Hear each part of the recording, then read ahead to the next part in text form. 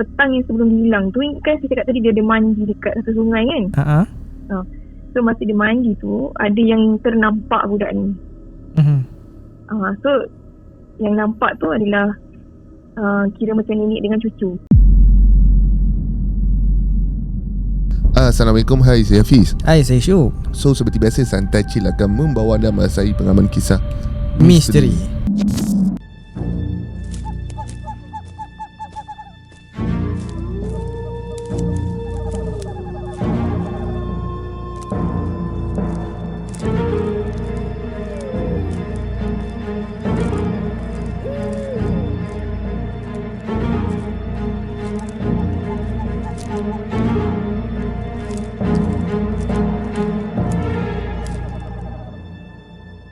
Bismillahirrahmanirrahim. Wallahu ashaddu ba'san wa ashaddu tanqila. Fallahu khairun hafiza wa huwa arhamur rahimin. Dan yakni ingatlah, Allah amatlah besar kekuatannya dan amatlah berat azab seksanya. Allah jualah penjaga yang sebaik-baiknya, dan dialah jua yang maha mengasihani dari siapa sahaja yang menaruh belas kasihan. Jadi mesti waktu-waktu puasa ni korang dah terfikir nak beli kuih raya, nak beli baju raya apa semua kan. Nak pakai duit lebih kan. Jadi kusut macam mana. Lagi pula yang suami bis kan, lepas puasa ni dah raya, nak cari balik duit, nak rolling balik, nak ada modal tu, banyak pakai duit. Jadi kat sini ada satu platform bis, kita ada Export Overseas Academy yang mana menawarkan untuk mencari duit tepi pada golongan-golongan yang mana ada berkelapangan masa seperti suri rumah dan juga pelajar. Betul, tak kira umur, tak kira orang kata berapa lah, ke muda ke tua, korang boleh join kelas ni. Yang paling best ni, kelas Dr. Zul Arifin ni, dia akan ajar korang A to Z, kenal eBay ni, macam mana nak jual dan sebagainya. Dan korang boleh klik link dekat bawah ni untuk join dan pilih tadi macam mana korang nak face to face pun boleh, korang nak kelas online pun boleh. Okay, baik.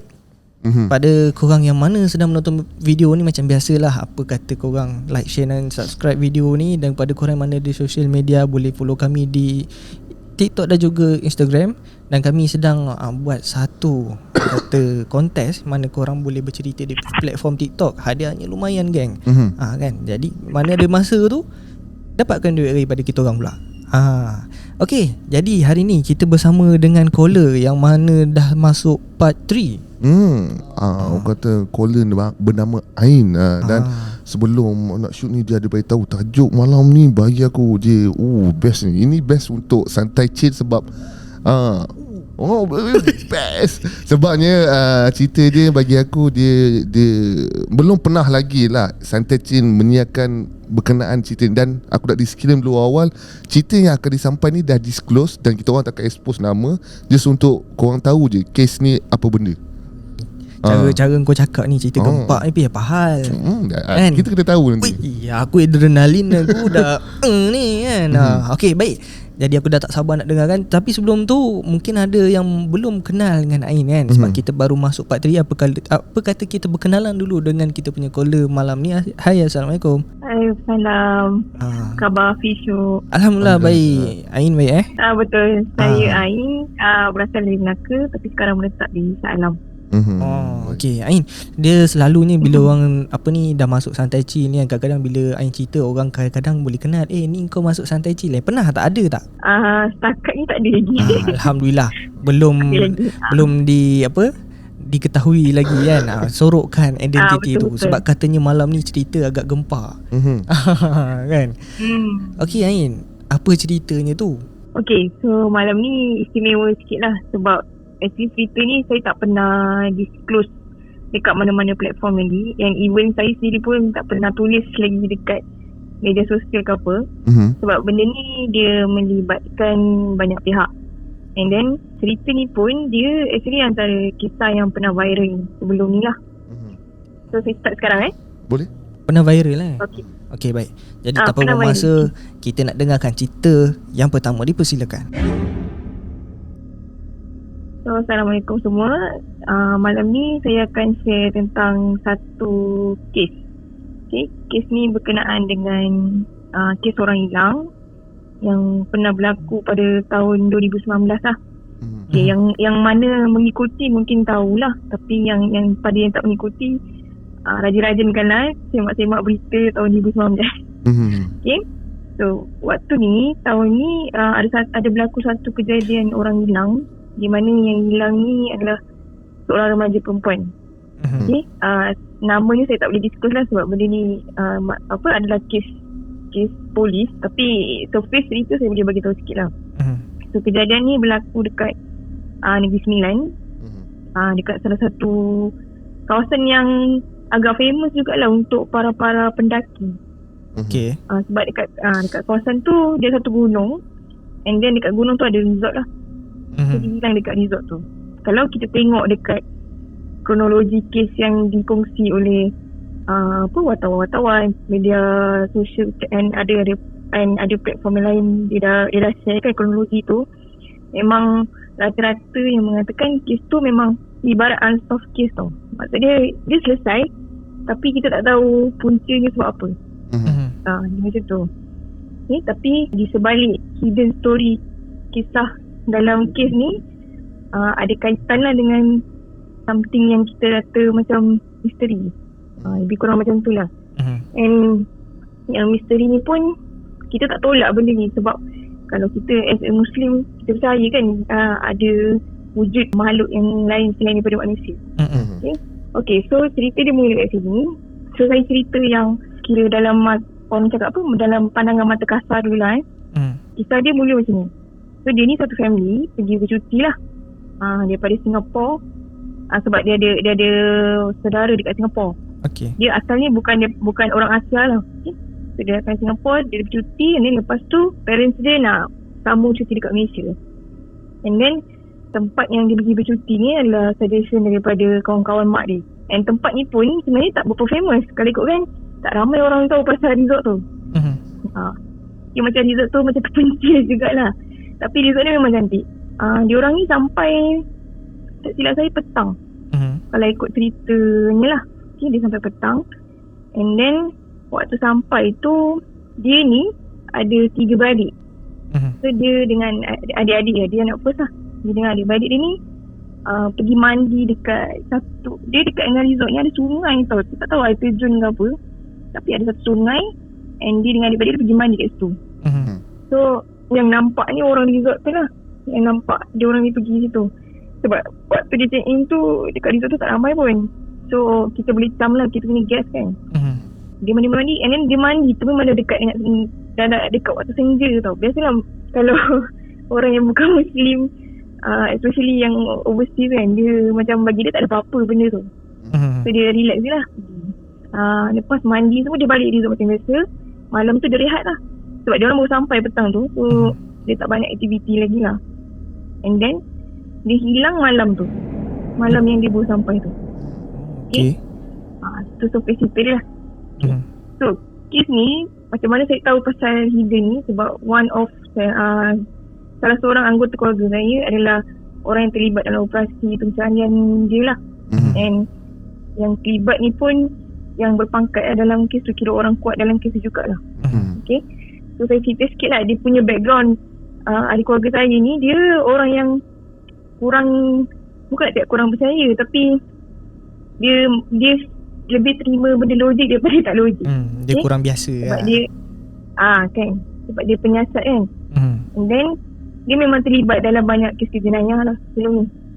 So dia tak pernah cerita pun pasal kes-kes yang dia facing, tapi ni adalah satu-satunya kes yang dia open table untuk family dengar. Sebab masa tu dia buntu. Okay? Memang masa kes ni jadi, dia tak salah dia ambil masa 2 minggu jugalah untuk selesaikan. And then dalam masa 2 minggu ni memang dia tak balik rumah. And dalam waktu tu juga adalah Hari Raya Haji tahun tu. Tapi malam hari tu dia dapat balik sekejap. Masa tu dah dia open table lah, dia bercerita. So saya dapat tahu dia bercerita lah. And bila dia buka story ni, so kita semua macam terkejut lah, sebab tak pernah kan. Sebab dia tak pernah cerita. And kalau kita cerita pasal bab-bab ni pun dia tak akan campur. Tiba-tiba dia sendiri open mulut, dia buka mulut untuk cerita lah. And asalnya punca dia nak buka cerita ni sebab dia nak minta tolong dekat adik-beradik yang lain. Kalau ada kenal mana-mana perawat Islam kita panggil. Ustaz ni lah yang boleh bantu kes tu. Itulah asalnya macam mana cerita dia boleh terkeluar. Okay, so lepas tu dia cerita lah. Waktu dia cerita tu, kes tu dah seminggu. Dah seminggu operasi pencarian tu dah jalan. Okay, so dia cerita macam mana operasi mencari tu start lah. So bila yang budak ni hilang, then parents dia ada inform dekat resort lah, bagi tahu dia hilang malam. Pagi tu parent dia datang dekat reception dan bagi tahu kata anak dia hilang. So diorang buat operasi lah, cari. Masa tu cari among staff je lah. And then bila dah tak silap saya dah petang sikit macam tu, baru diorang buat report. Bila diorang buat report, so polis nak campur lah. And then kat sini lah mulanya yang ahli keluarga saya terlibat. Dalam siasatan diorang ni, diorang lebih pada unsur jenayah. So dia buat lah step-step yang kiranya prosedur-prosedur penting lah untuk kesan kalau ada tanda-tanda lah masa dia hilang tu. So dia ada macam, kan kalau kita tengok CSI ke apa, dia ada macam nak cari cap jari, nak kesan body fluid semua tu. Dia ada tabur macam chemical semua kan dekat bilik tu. Diorang buat benda tu sebab diorang yang family ni, dia tidur dekat macam dia punya tempat penginapan tu, dia setingkat je tapi ada loteng.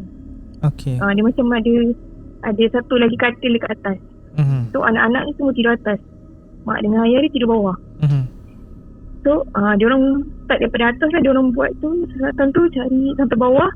And then diorang memang nampak ada kesan tapak kaki, ada kesan cap jari semua. Tapi sampai dia punya laluan tu menghanda ke satu tingkap tu. Maksudnya dia tak keluar ikut main door ke apalah, pergi ke satu tingkap. And then tingkap tu dia jenis tingkap memanjang tu. Kalau resort yang moden kan, tingkap dia kan sampai ke bawah kan, macam tu kan. So dia sampai kat situ lah. Kesan tu berakhir dekat situ. Sebab bila diorang check dekat luar, memang tak ada kesan tapak kaki apa semua. Kiranya macam budak ni dia berjalan, and then sampai dekat tingkap tu dia macam sama ada diangkat ataupun didukung oleh someone lah, macam tu lah. Sebab tak ada kesan tapak kaki kat situ, ataupun dia naik sesuatu, macam tu lah dia punya ni lah. Okay, so bila sampai situ, forensik dah tak dapat trace lah kat mana next step dia pergi kan. So dia orang terpaksa minta bantuan K9, yang unit anjing pengesan kan. Okay, dia orang hantar anjing pertama.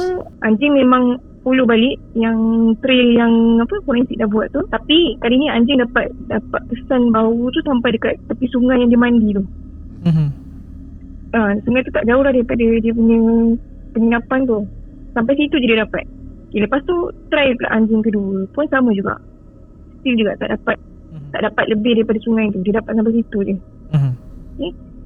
Lepas tu bila dah jadi macam tu, so diorang ini macam dah start buntu tau, tak tahu nak cari macam mana.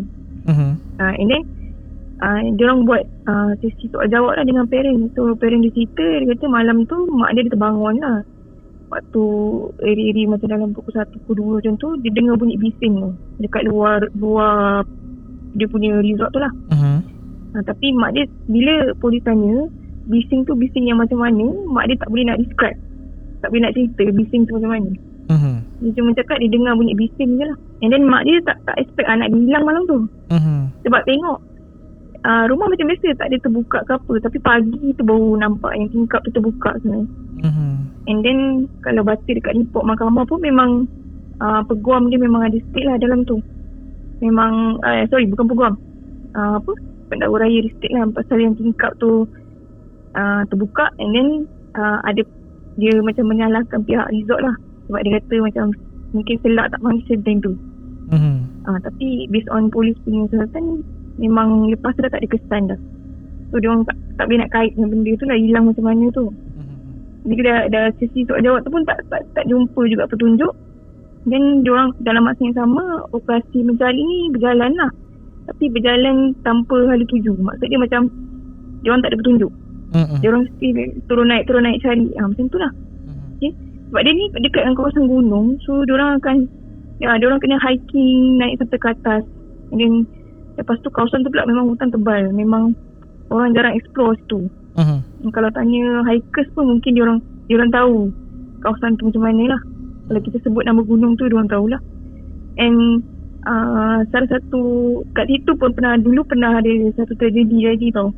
Ada satu kapal terbang pengebom daripada Jepun terempas kat situ. Tapi kisah tu dah lama. And then kebanyakan hikers yang pergi situ diorang nak tengok bangkai kapal tu.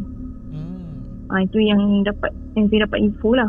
Bila kita check balik background cerita pasal tempat tu kan. Okay. And then back to cerita tu balik, bila operasi mencari ni berjalan tapi still tak ada, kira macam tak ada petanda.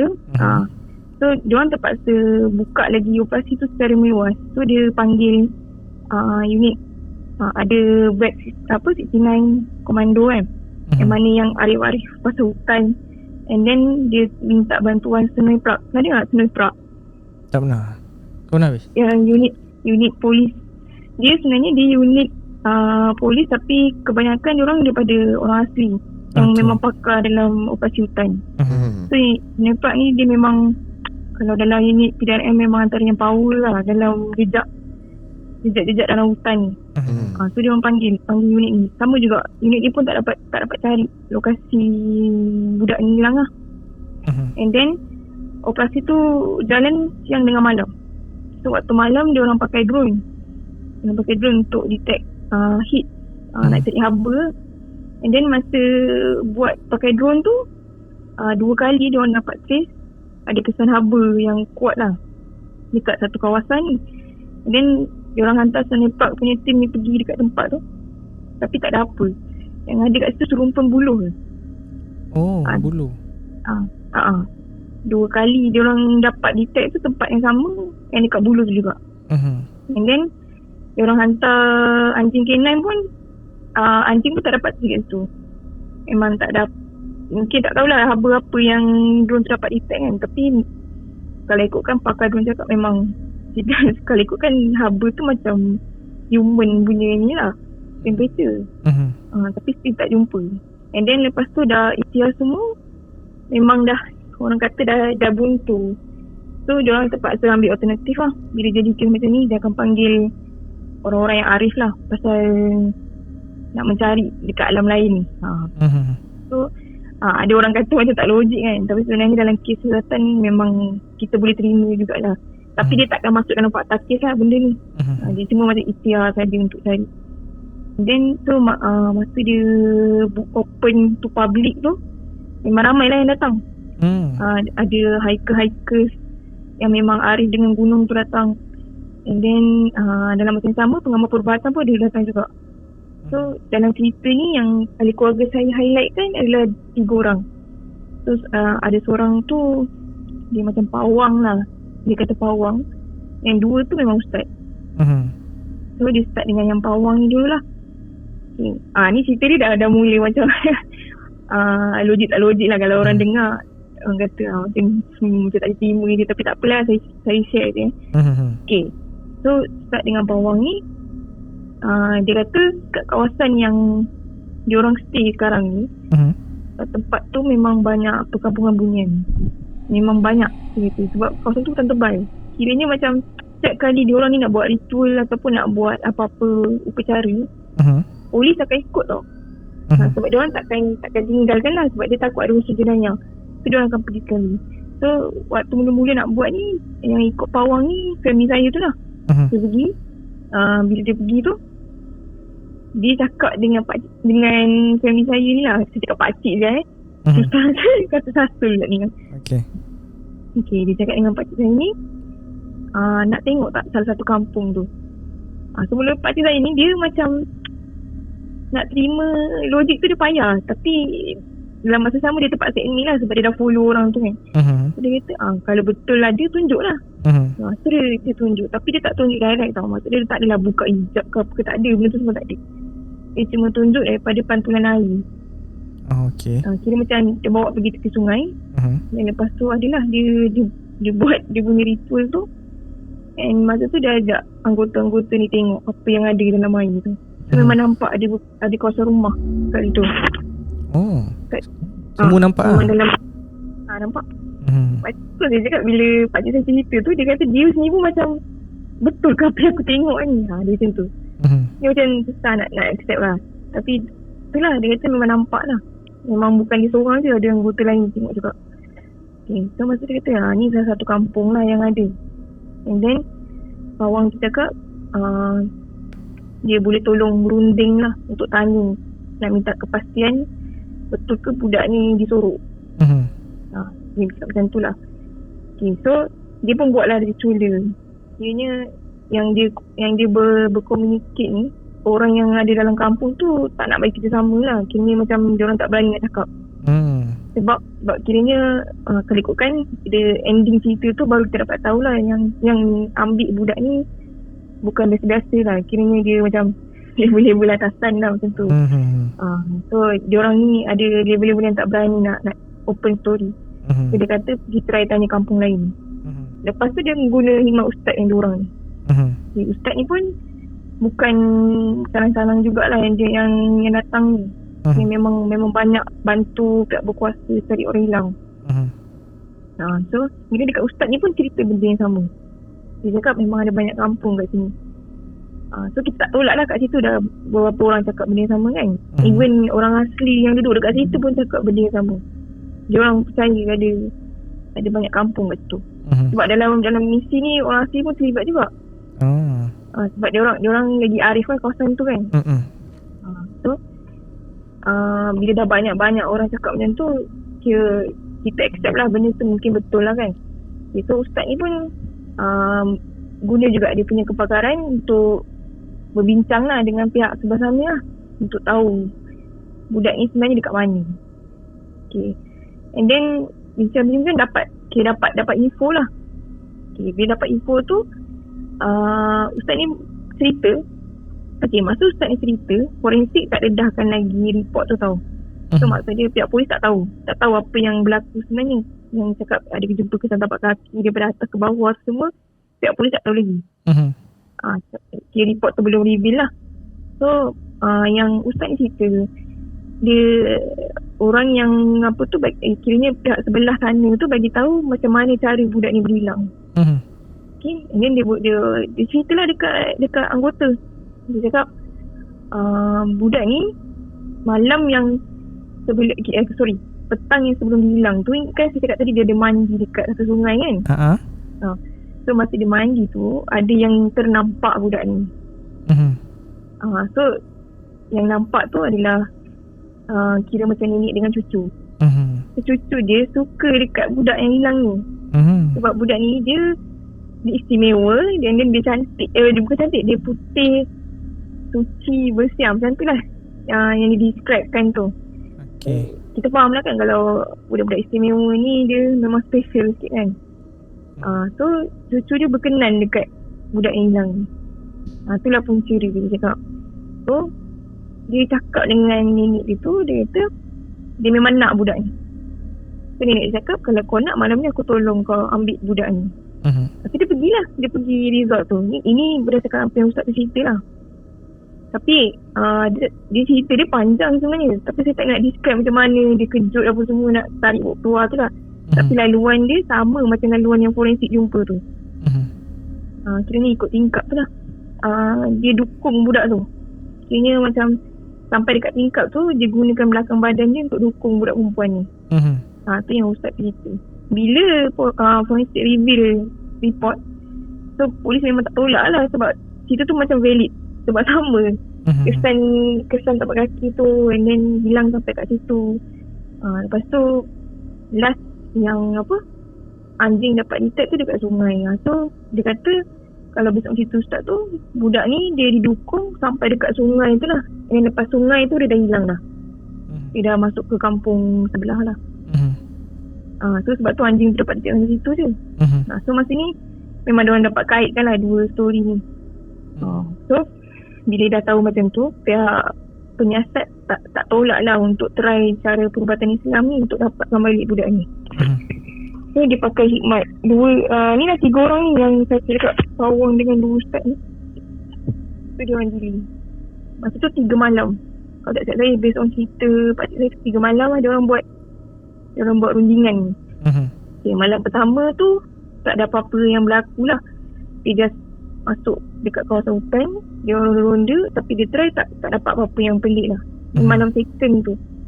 Masa malam second tu dia orang pergi masuk lagi ke dalam. Sebab masa ni dia orang macam dapat hint tau dekat mana. Sebab atas bantuan kampung-kampung yang lain ni lah. Faham tak maksud saya kan? Dia orang berkomunikasi dan atas bantuan yang kampung-kampung yang lain ni, dia orang dapat tahu dekat mana budak ni berada lah. Jadi dia pergi kawasan tu.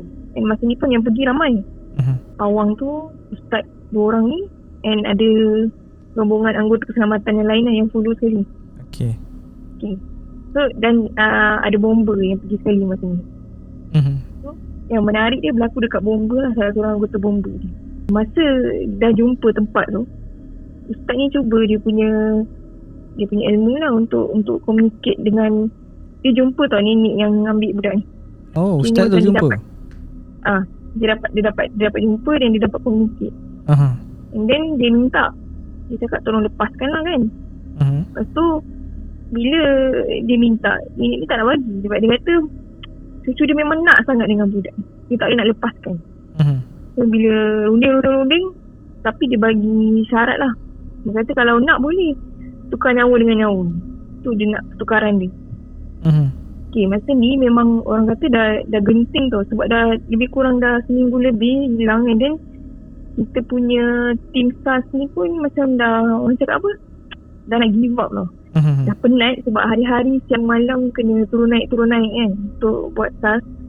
So dia ni macam dah mental pun dah tak berapa kuat. So yang bomba ni cakap tadi ni, salah satu bomba ni, dia tiba-tiba offer untuk bagi anak dalam kandungan bini dia. Untuk tukarkan dengan budak tu. Alasan dia sebab dia dah tak larat lagi nak proceed benda tu lah. So malam tu memang jadi kelang kabut tau. Sebab dia orang tak expect akan jadi macam tu. So ustaz ni terpaksa betulkan balik keadaan tu. And benda tu jadi kecoh kat situ.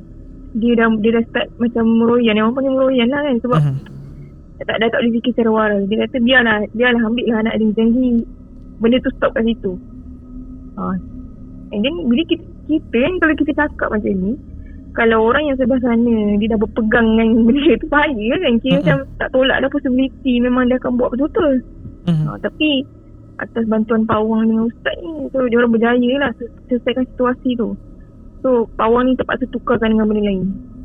Benda dia apa? Macam dia cari binatang lain lah. Tak saya burung ke apa tak? Tak ingat lah yang tu. Untuk malam second tu lah untuk selesaikan benda tu. And then diorang bawa anggota bomba ni balik ke base. And besok tu dia hantar pulang lah. Dia memang tak ikut lah operasi tu. Sebab dia exhausted lah, dia penat sangat. Yes. Memang dia kata kebanyakan memang dah koyak dah time tu. Sebab dah berhari tak jumpa. Memang tak ada clue. Okay. And then lepas tu, even ustaz yang 2 orang ni pun dah give up lah sebenarnya. Sebab dia kata memang susah nak runding. Sebab dia minta benda yang kita tak boleh nak bagi.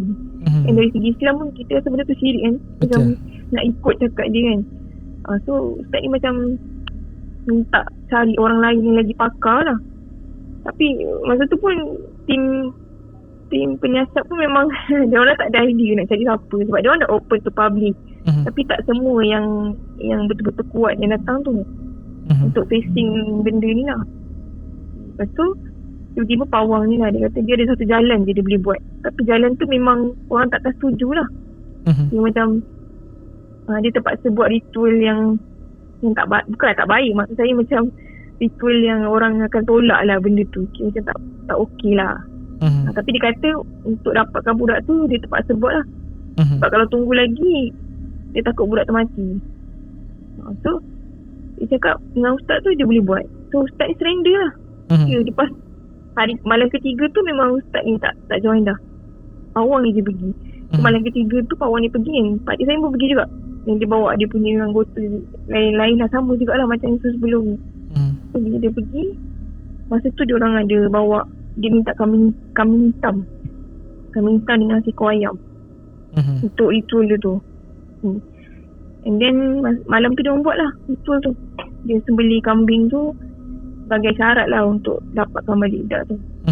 And then yang sebelah sana pun cakap dia akan lepaskan once selesai lah benda tu. Tapi malam tu dia orang tunggu. Memang tak jumpa. Malam tu memang tak jumpa. Maksudnya lepas selesai itu tu dia orang pusing balik satu kawasan tu untuk cari. Memang tak jumpa lah. So balik ke base. And then besok tu dalam tengah hari, pagi tu dia orang pergi sah lagi tapi tak jumpa. Saya tak jumpa.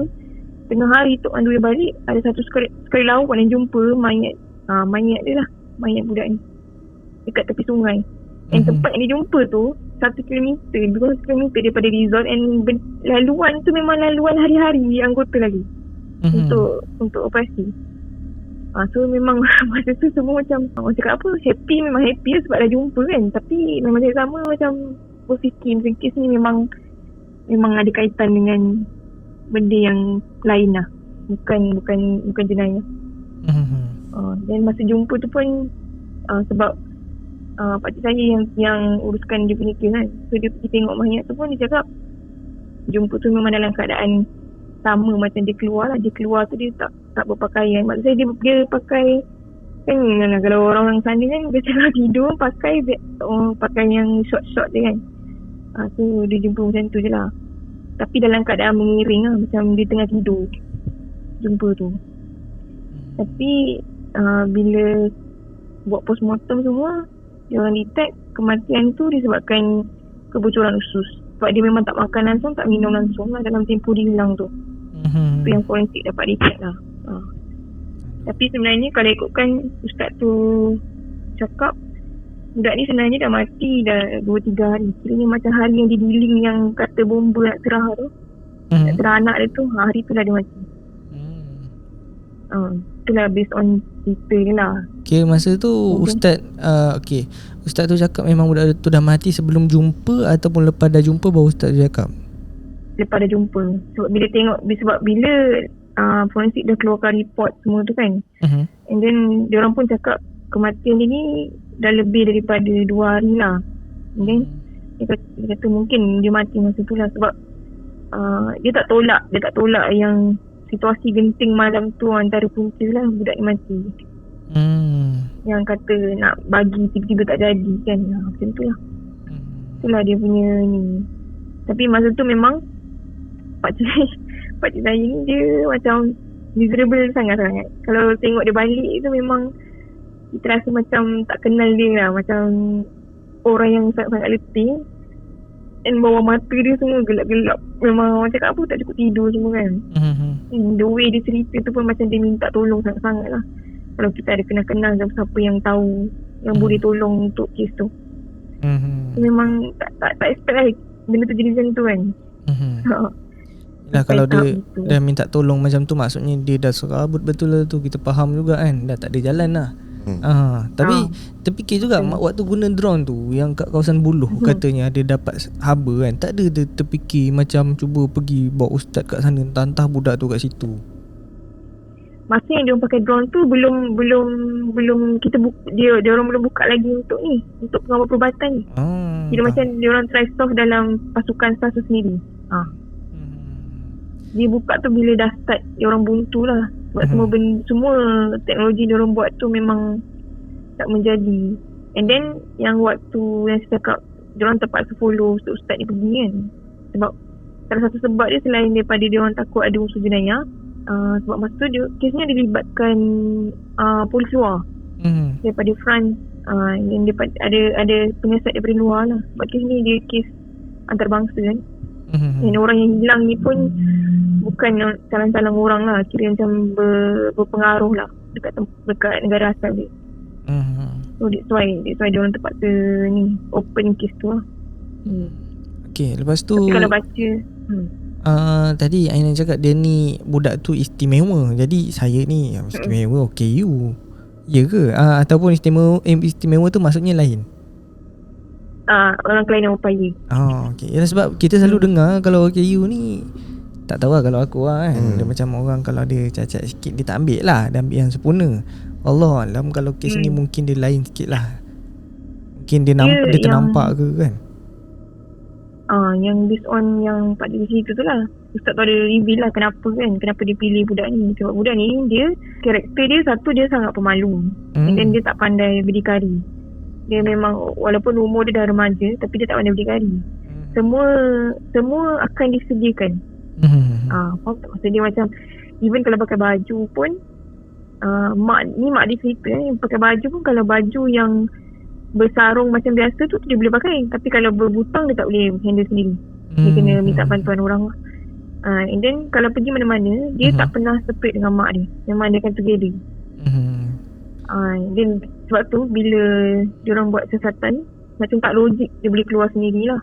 Sebab dia memang takkan bergerak kalau tak dipandu. Sebab tu dia tak ada orang teman dia, tak ada orang sama-sama dengan dia, dia tak boleh. And then bila ustaz tu cakap karakter budak ni memang antara kegemaran lah pihak sebelah sana. Satu sebab dia tak boleh cakap kan. Dia boleh bercakap, cuma dia kata apa, space kurang. Tak berapa fasih lah cara dia bercakap tu. And then dia banyak diam. So biasanya kalau ikutkan ustaz kata, budak-budak yang macam ni hati dia bersih lagi. Sebab tu lah dia digemari oleh pihak sebelah sana. Macam tu lah. Dan bagi diorang budak-budak macam ni lawa, wangi. Faham? Itu yang ni lah, yang di share lah. Sebab tu dia senang hilang. Tapi saya tak tahulah sebab yang kes-kes lain yang hilang macam kes Acap semua ni, saya tak pastilah macam mana kan karakter tu. Kes Acap tu pakcik Ain ada join sekali ke? Tak. Sebab tu kawasan lain. Okay, faham. Tidak negeri lain lah. Itu satu kisah bagi aku, je kisah dia menjadi artis sebenarnya. Bila ending dia macam ni kan, bila orang cuba berunding semua kan, mungkin yelah orang kata dia sebab untuk si mati tu pergi. Aku macam sampai dia punya burn out ahli anggota bomba tu sampai sanggup macam, kau ambil lah anak aku. Aku cakap ya Allah, dia bagi aku tu benda tu sayup kau.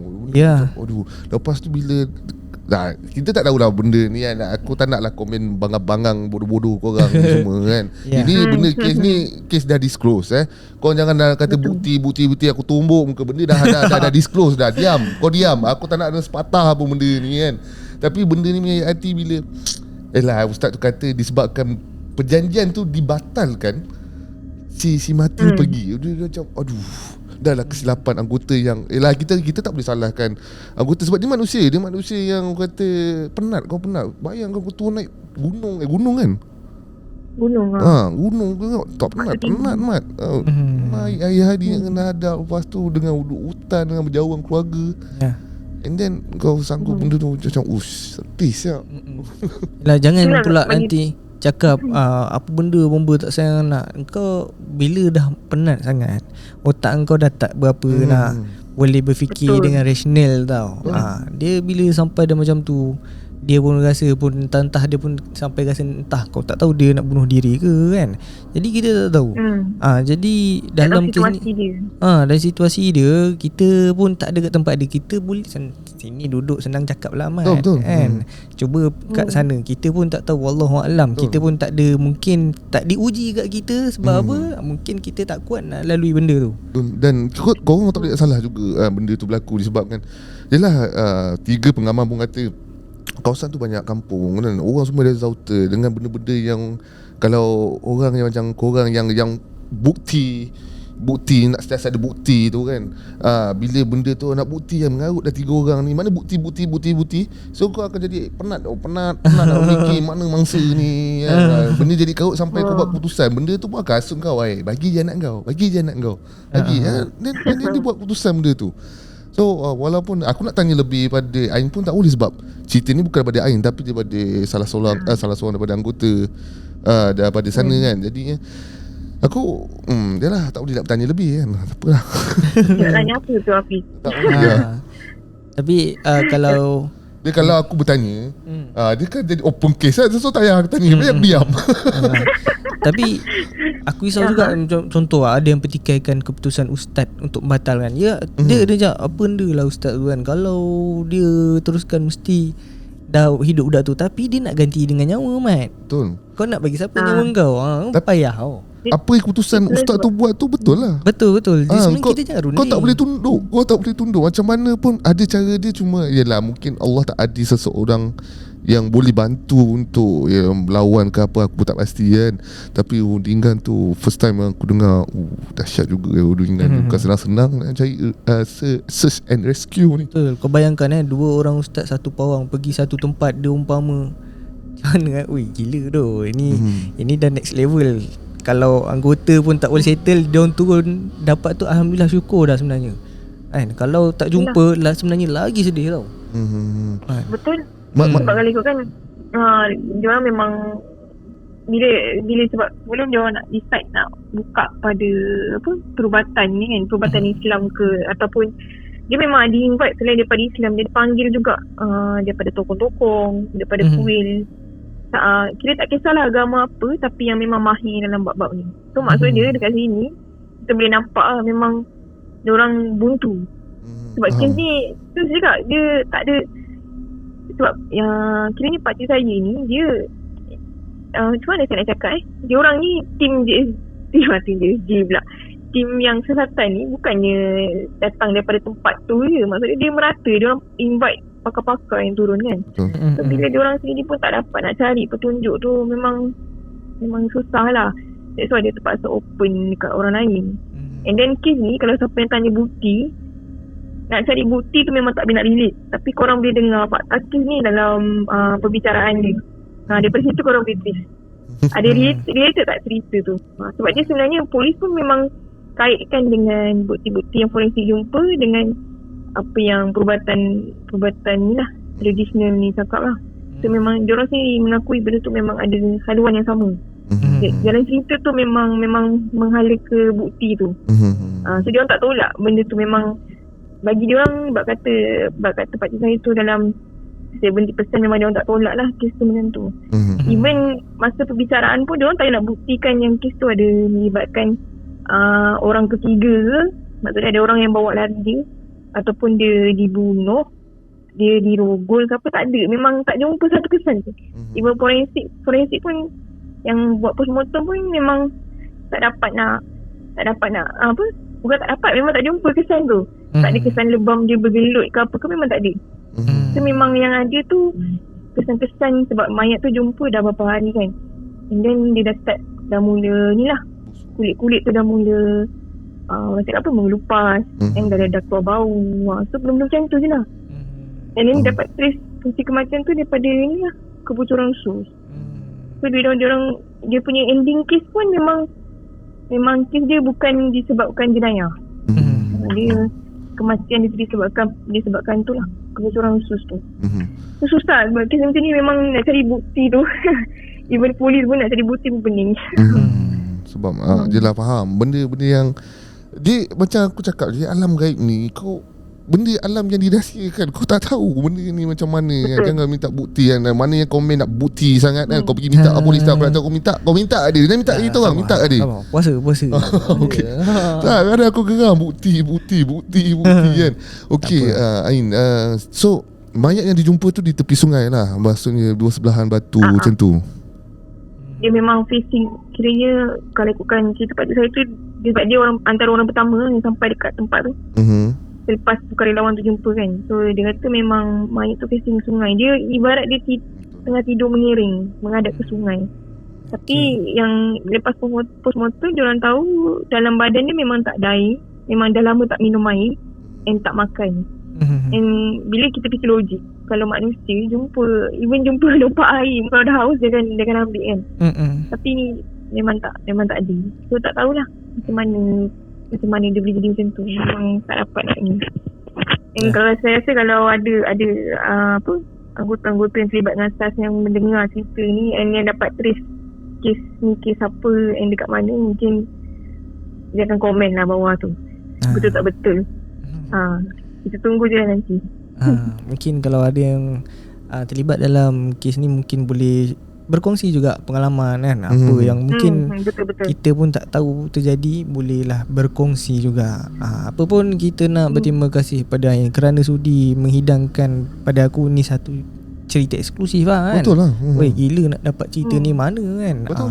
Yelah kalau kita nak dengarkan benda ni dalam surat khabar, mana maunya kan nak dengar macam ni. Tak dapat. Dia mesti nak logiknya Sebab wartawan kan. Dia nak Tiba tahu. wartawan pun tak dapat cerita ni. Tak dapat cerita yang benar. Sebab Betul. fakta kes dia dalam siasatan untuk dalam kalau ada limat mahkamah lagi dia baru lepas habis baru dia keluarkan. So masa siasatan dia takkan bagi tahu. Selepas kes disclose baru korang boleh baca fakta dia. Mana cik fakta cari. Dah disclose dah cerita. Dah ada dah faktanya. Try lah tengok ke kan.